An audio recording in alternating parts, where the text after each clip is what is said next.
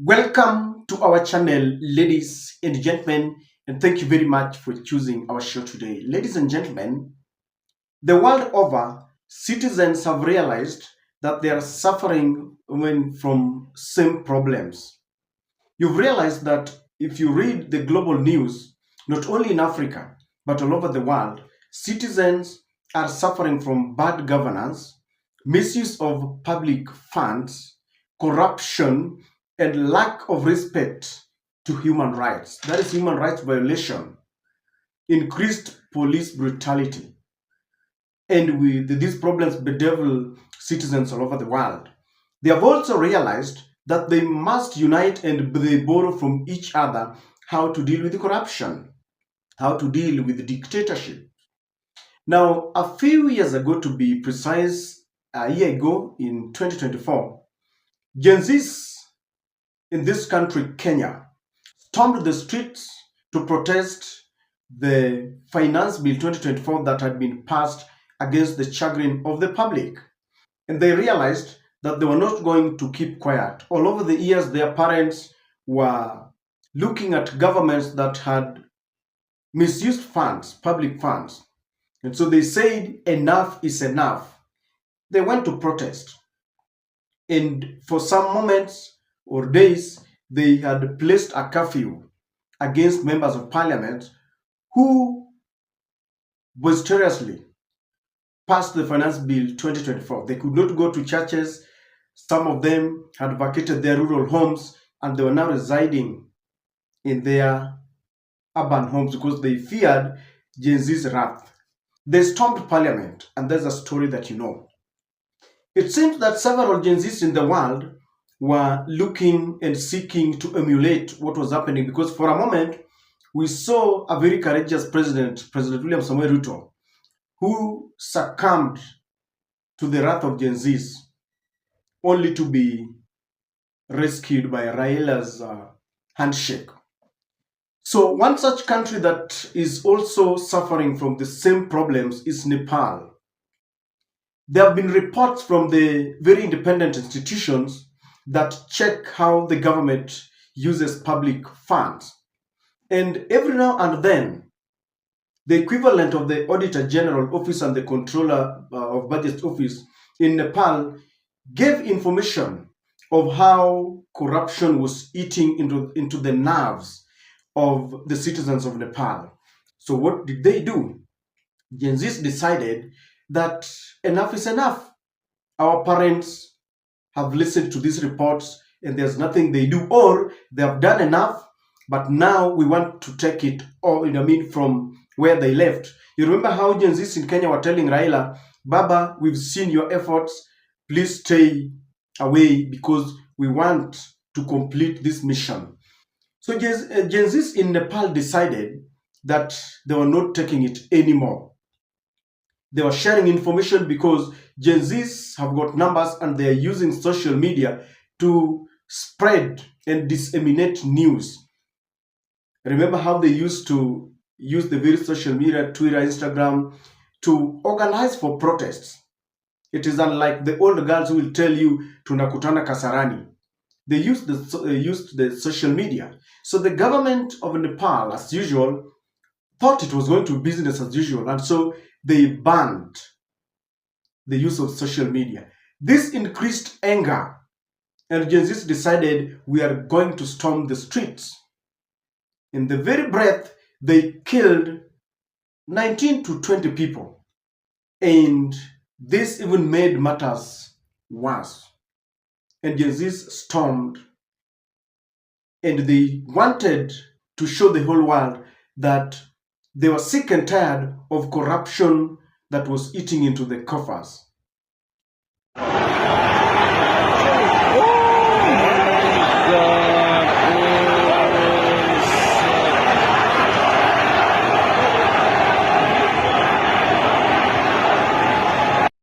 Now, they didn't just storm the streets. They decided to gain access to parliament, just like the Gen Zs of Kenya, stormed parliament. And they burnt parliament. Why? Parliament is a place that is supposed to have men and women who are sober, who make laws, who put an end to corruption. They need to do their oversight, authority. But instead, they're always singing to the tune of the executives. So they banned parliament. Not only that, they stormed several politicians' houses. It is the equivalent of getting to Karain and all those posh estates, and they burned their houses because they believe those houses are built using their very hard-earned cash. And they also forced the Prime Minister, KP Shamar Oli, to resign because it was very violent. The government had placed curfew. They banned the social media. They imposed curfew in several cities and they were shooting. Gen Z said, if we die in the streets, so be it, because we remain in the houses, we are also going to die. So they forced the Prime Minister to resign. A government that felt it was so tough, they had the police, they had the military, they had the big cars, influence and everything, had to tone down, had to succumb. And as we speak, Gen Zs are celebrating because they have liberated the whole country. They have done that which their parents could not do. What was happening attracted the attention of the international community. And the United Nations Human Rights warned the government of Nepal that it was not going to be business as usual because they were using extrajudicial means to deal with the Gen Z's protest. We are shocked by the killings and injury of protesters in Nepal today and urge a prompt and transparent investigation. We have received several deeply worrying allegations of unnecessary or disproportionate use of force by security forces during protests organized by youth groups that were demonstrating against corruption and the recent government ban on social media platforms. We call on the authorities to respect and ensure the rights of freedom of peaceful assembly and freedom of expression. All security forces must comply with the basic principles on the use of force and firearms by law enforcement officials. Nepal enjoys a lively democracy and active civic space, and dialogue is the best means to address young people's concerns. We urge reconsideration of measures to regulate social media to ensure that they comply with Nepal's human rights obligations. But ladies and gentlemen, do you think the broad-based government, William Ruto and Raila, have got anything to worry about? Because the Gen Z protest started in Kenya. It is like they gave the whole world a blueprint. They never completed their mission. They were killed. They were kidnapped. And William Ruto used certain tricks to put off the protest. They joined hands with Raila Amolo Odinga, and Raila withdrew his troops from the streets. But what we saw during Sabasaba, and even after the death of Juan, is anything to go by, then you know that Raila did not in any way kill the protest, because Gen Zs have shown over the years that they can rally their support. You remember how they came up in big numbers, and sometimes they overpowered the police. They have started speaking and they are not afraid. Do you think William Ruto is safe? Do you think after coming together with Raila, then they can continue doing whatever they want? Because I have also listened to the Auditor General's report and the Controller of Budget report. They continue to reveal massive corruption in the government, wastage, and misuse of our funds. And I think there's a reason to be worried, because it started in Kenya, but it is now spreading. For them to force the Prime Minister to resign, it tells us one thing. Number one, there was intense pressure from Gen Zs. Why? They have got the numbers. And when they filled the streets, the whole world listened to them. That's why the UN Human Rights Watchdog decided to issue a statement. Because many times governments decide and resort to using extrajudicial killing and methods of dealing with them. So their numbers is something that cannot be wished away. Even in Kenya today, the next election will depend on Gen Zs. The only problem is that sometimes they follow their de facto leaders. But if they so decide that they are going to shun corruption, and they also decide that they are going to play pure politics that is not mixed with tribalism, then they can't do it. So Gen Zs all over the world have got numbers, and that is why they outnumbered the police, and the government had to listen to them. They also roughed up and frog-marched uh, certain government officials because they were raged. They could not take it anymore. Because when corruption eats into the country, people can't go to school, there are no medicine in the hospitals, the government cannot create jobs. Gen Zs will complete school and they graduate, but the numbers of graduates continue filling the nation, but there are no jobs. The same thing that is happening here, it is happening in Uganda, it is happening in South Africa and all over the world. So you've realized that we are suffering from the same problems, but they've decided that because of their numbers, they are not going to sit down. They are also determined. Several Gen Zs will cry foul, would lament, will say this government is bad, until they wake up to demand accountability from their government. Nothing will happen. And so Gen Zs decided that we are going to wake up. And I believe that several Gen Zs are looking at what is happening across Africa, across the world. There's a possibility that it has not reached your country yet, but it's soon coming, because no one never knew that in Kenya they would go and shut down businesses. They would make a curfew against members of parliament. They could not even go to churches. Even in Nepal, before this happened, they never knew. That's why they were placing curfew and they thought that they had everything. You will also realize that their parents were supporting them. They had the support of the parents. Just like in Kenya, parents were saying that we have failed our children, and they rendered their support. The churches were with them. You remember how they opened their doors when the police were firing tear gas and live bullets. So there's a general conclusion that the country decided to rally behind them. Gen Zs can no longer tolerate nonsense. And even in Kenya today, what happened is that their demands were not met.